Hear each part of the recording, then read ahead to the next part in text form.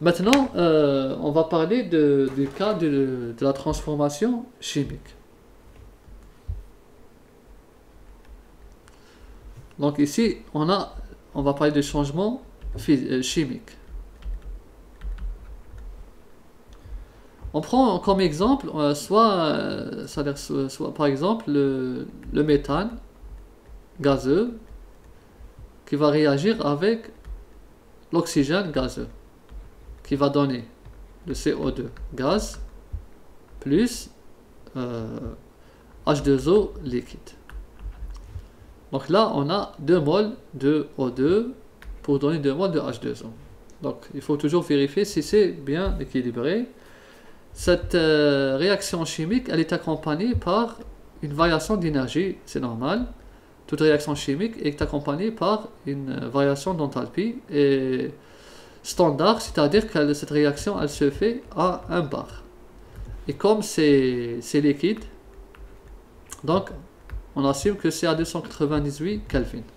Donc cette valeur est rapportée pour 298 Kelvin est égale à moins 890 kJ. Donc là, on voit bien que le signe est négatif. Donc delta H est négatif. C'est-à-dire que c'est exothermique.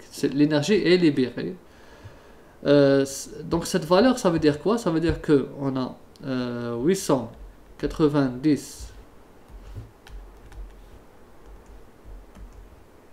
Là, ça veut dire que 890 kJ sont libérés par la réaction de 1 mol de CH4. Aussi, on peut dire que 890 kJ sont libérés pour 2 moles de O2. Voilà comment on peut interpréter ici la variation de l'enthalpie standard de la réaction du méthane avec l'oxygène. Là, c'est une réaction de combustion qui est connue, qui est aussi égale à équivalente à la libération, à l'énergie libérée pour la formation de 1 mol de CO2. Et aussi, on peut dire aussi que 890 kJ sont libérés par formation de 2 mol de H2O. Donc on voit bien que les coefficients stoichiométriques sont importants. Ici, le coefficient stoichiométrique, il ne faut pas se tromper. Donc, cette valeur, elle est équivalente à la réaction de 1 mol de CH4 avec 2 moles de O2. Donc, si on change le nombre de moles, forcément, comme l'enthalpie standard, c'est une grande extensive, donc elle va être affectée par la variation du nombre de moles des réactants. On peut, c'est-à-dire dans les réactions chimiques, on peut donner cette expression pour l'enthalpie standard. Elle est égale, dans ce cas, par à 1 mol fois l'enthalpie standard de CH4. Non, plutôt, là, puisqu'on a une variation, puisque l'enthalpie, c'est quoi? L'enthalpie, c'est une fonction d'état. Comme c'est une fonction d'état, c'est le final, c'est l'enthalpie standard finale moins initiale. Donc c'est ça, quand on a une grandeur qui était une fonction d'état, elle ne dépend que de l'état initial et l'état final, et la variation, c'est-à-dire qu'on a l'enthalpie standard finale moins l'enthalpie standard initiale.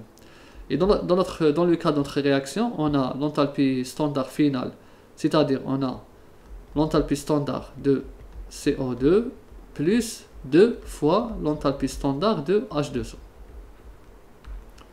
Voilà.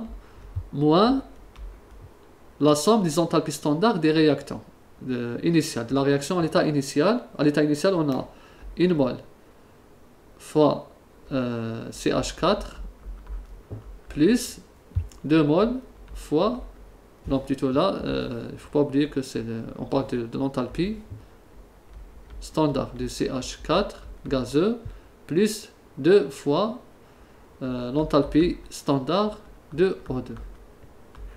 Voilà comment on détermine l'enthalpie standard dans le cas d'une réaction chimique.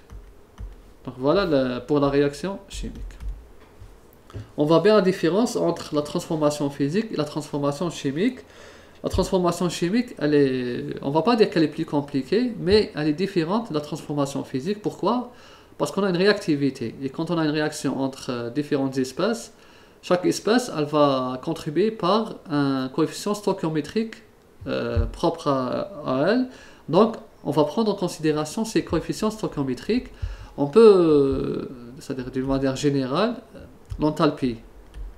La variation de l'enthalpie standard pour une réaction chimique est égale à la somme, on fait nu, là c'est le coefficient stoichiométrique des enthalpies standards des produits, c'est-à-dire l'état final, moins sigma, toujours nu, c'est le coefficient stoichiométrique des enthalpies standards des réactants. Donc là c'est de manière générale.